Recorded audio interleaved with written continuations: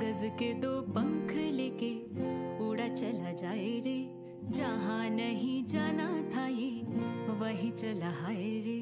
उम्र का ये ताना वाना समझ न पाए रे, जुबां पे जो मोह माया नमक लगाए रे, कि देखे न भाले न जाने न दाए रे, दिशाहारा केमन बोका মনটা রে।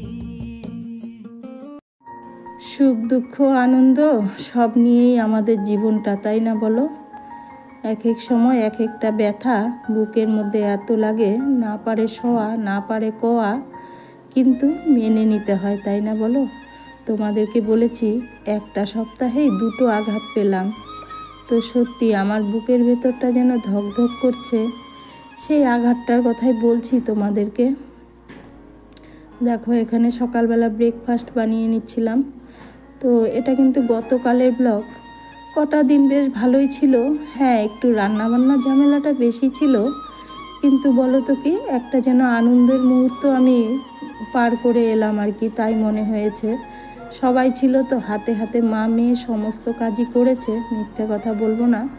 রান্নাঘরটাই শুধু আমি সামলেছি। এই যে সকালবেলা উঠে তাগিদা কে কোনটা খাবে তার জন্য বানানো, এই যে দেখতে পাচ্ছ। তোমাদের দাদা ভাইয়ের ব্রেকফাস্টটা আর শেয়ার করলাম না, সে কিন্তু ডালিয়া খেয়েছে, ওটা বানিয়ে দিয়েছি। আর এই যে মায়ের জন্য দেখো একটা পরোটা তাজা ভেজে নিলাম, আর এটা আগের দিনের একটা পরোটা ছিল, একটা কর্নার আমার বাহন সোনা খেয়েছিল, তো সেই দুটো মিলে একসঙ্গে মিলিয়ে এই যে মায়ের জন্য এটা করে দিলাম। আর ওই গ্যাসে দেখতে পাচ্ছ ওটা আগের দিন রাতের ভাত ছিল, তো আমার মেয়ে বলল মা ভাত ভাজি করে দাও। কতদিন তোমার হাতে ভাত ভাজি খাইনি, আগে আগে তো করে দিতে খেতাম। তো খায় বাড়িতে, ঠিকই খায়, বলো তো কি, ওই যে মায়ের হাতের করা একটা জিনিস। তারপরে বলল যে না আমি আজকেও কিছু খাবো না মা, তুমি আমাকে ভাত ভেজে দাও। তো সেই মতো ওকে ভাতটাকে ভেজে দিলাম, গাজর মটরশুঁটি ফুলকপি সব কিছু দিয়ে, ডিমও দিয়ে দিয়েছি একটা। আর মাকে আবার দেখো না, মায়ের জন্য একটু ভাজি উঠাবো, আমার মা ডিম দিলে খেতে চায় না, ডিম খায় খুব কম। বলল যে যখনই ডিমটা দেওয়া হয়ে গেল, ওই যে দাঁড়িয়ে আছে না, বলছিল ডিমটা দিয়ে দিলি আমার জন্য একটু ভাজা তুলে রাখতি। তো ওই দেখো সাইড থেকে আবার মায়ের জন্য তুলে নিয়েছি ভাজি, একটু তুলে মাকে দিয়ে দিয়েছি। গোলা রুটিটা দেখতে পাচ্ছ, ওটা আমার বাহন সোনার জন্য বানাচ্ছি। তো এরকম করে সময়টা বেশ পার হয়ে গেছে, ভালো লেগেছে। একদিনে 2টো ব্যথা পেলাম, কেন বললাম 2টো আঘাত পেলাম, দেখতেই পেলে আমার পাশের ঘরের সেই কাছের মানুষটা, সে তো চলে গেল হঠাৎ করে, না বলেই। তোমরা যারা যারা দেখেছো তারা সবাই জানো, নতুন বন্ধুরা জানো না। আমার পাশের কোয়ার্টারে একজন ছিল, সে হঠাৎ করে আর কি চলে গেছে। তো সেই ব্যথাটা নিতে পারছিলাম না, সেটা সহ্য করে উঠতে না উঠতেই দেখো আমার মা আর মেয়েও কিন্তু আজ বাড়ি ফেরার পালা, চলে যাবে। তো একদম রেডি, দুপুরে খাওয়া দাওয়া করে তারপরে বেরিয়ে যাবে। তোমাদেরকে এর আগের ব্লগটাতে বলেছিলাম হয়তো আমিও যেতে পারি, হ্যাঁ আমিও আসছি আমার মা মেয়ের সঙ্গে। তো আমি কিন্তু বর্তমানে আমার বাড়িতেই রয়েছি, আজ বিকেলে আবার চলে যাব আর কি।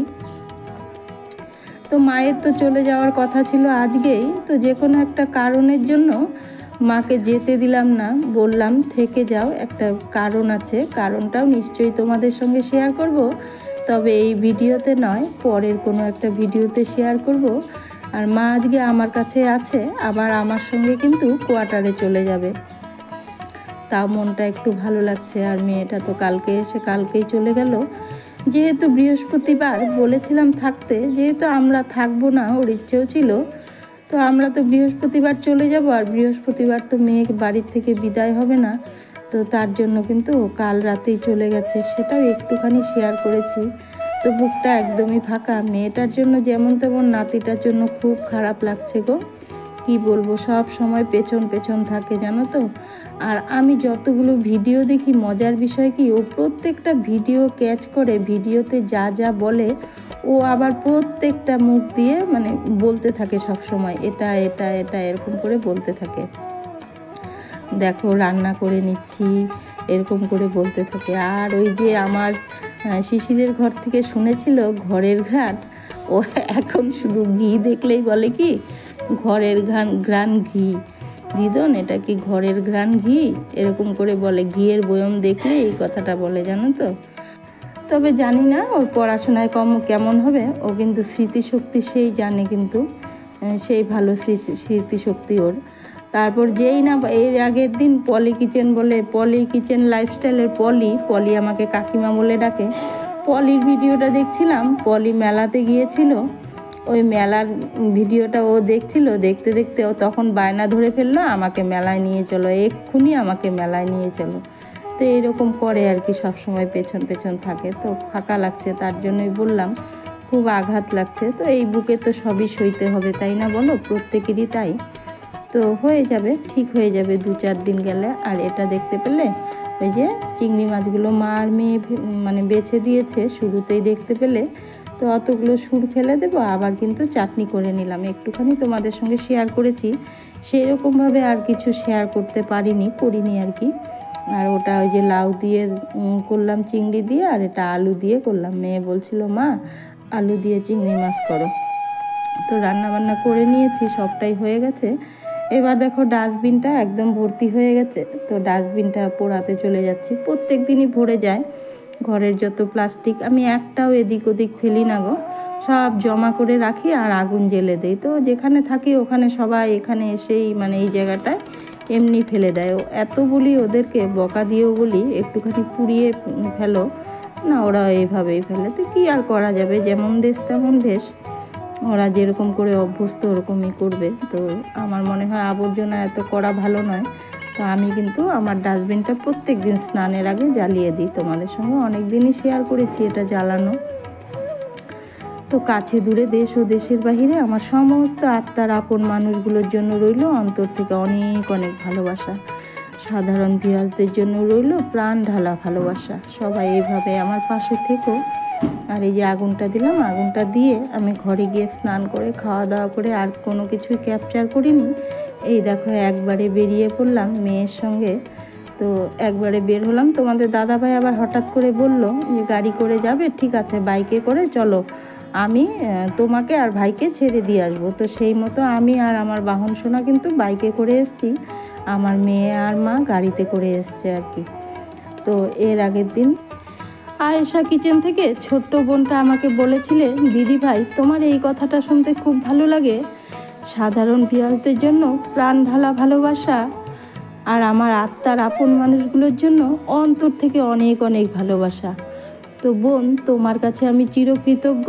তোমার ভিডিওগুলো একদম ছোট্ট হয় রান্নার ভিডিও, সেই তুলনায় আমার ভিডিও অনেক বড় হয়। তুমি এত সুন্দর যত্ন সহকারে আমার ভিডিওগুলো দেখো, তার জন্য আমি চিরকৃতজ্ঞ তোমার কাছে। এভাবে আমার পাশে থেকো আর আমাকে একদম ভুল বুঝো না। তো বন্ধুরা দেখো ঘরে পৌঁছে গেলাম, পৌঁছে চেঞ্জ করে নিলাম। তোমাদের দাদাভাই এসে আমাকে আর বাহন সোনাকে ছেড়ে দিয়ে গেল আর কি। বেচারা ঘরেও ঢুকতে পারেনি গো, এসছিল যে ঘরটা একটু দেখবে, হাজার হোক তাই না। তো গেটের সামনে আসতে আসতে ঠিক আবার স্টেশন থেকে ফোন চলে এলো, তো চলে গেছে। আর মেয়ে আর আমার মা ওরা গাড়িতে আসছে আর কি, এখনো পৌঁছায়নি। ফোন করলাম, এক্ষুনি নেমে যাবে। তো সঙ্গে থাকো, দেখতে থাকো। এখন তো ঘর দুয়ারের কাজগুলো একটু করি, পরে আবার দেখা করছি তোমাদের সঙ্গে। তো এবার দেখো কাজকর্ম তো ঘরের হয়ে গেছে, টুকিটাকি করে নিয়েছি। করে একটুখানি ছাদে গেলাম আমার ছাদের সিম গাছটাকে দেখতে, যে কেমন আছে গাছটা তাকে একটু দেখে আসি। তো সিম গাছটা দেখতে গেলাম। আর তোমাদেরকে বলেছিলাম আমার বাড়ির পাশে বিয়ে, এটাই কিন্তু সেই বিয়ে বাড়িটা। দেখো আমার ঘরের সঙ্গে একদম লাগানো, ওই যে ওয়ালটা দেখতে পাচ্ছ, ওই ওয়ালটার এপার আর ওপার ওয়ালটা আমাদের দুজনেরই। আর দেখো আমার কাণ্ড, আমি সিঁড়ির উপর থেকে লুকিয়ে লুকিয়ে ভিডিও করেছি। আমার সিঁড়ির উপর থেকে কিন্তু ওরা যে রান্না করছিল, রান্নাঘরটা এটা, তো এখানে কিন্তু একটুখানি আমি ক্যাপচার করে নিয়েছি চুপ করে। তারপরে ওখান থেকে ছাদের থেকে নিচে নেমে এলাম। নেমে আসার পর আমার মেয়ে চলে এসছে। এবার আমার বাহন সোনা কিছু খাবে বায়না করছে, তাকে নিয়ে আবার দোকানে চলে গেলাম। দোকানে গিয়ে দেখো আবার এই যে প্যান্ডেলটা, ওইটা কিন্তু একদম সন্ধ্যের আগ দিয়ে, তো প্যান্ডেলটার মাঝখান দিয়েই যেতে হবে, রাস্তাটা ওইদিকে এই দোকানের। তো খুব সুন্দর সাজিয়েছে। বিয়েতেও গিয়েছিলাম রাতে, সেই ভিডিওটা পরের দিন দেখাবো তোমাদেরকে। আর এটাও কিন্তু একটুখানি আমি ক্যাপচার করে নিয়ে আসছি। তো এতক্ষণ ধরে ধৈর্য সহকারে কে বা কারা আমার ভিডিওটা দেখছো আমি জানি না, যারাই আছো তাদের জন্য রইল আমার অন্তর থেকে অনেক অনেক ভালোবাসা ও আশীর্বাদ। তো আজকের ভিডিওটা আমি এখানেই শেষ করে দিব। ওই যে আমার মেয়ে চলে যাচ্ছে, দেখো। দেখা হচ্ছে দ্বিতীয় দিন দ্বিতীয় কোনো ব্লগে। সবাই এইভাবে আমার পাশে থেকো, ভালো লাগছে না আর এই সিনটা দেখেও।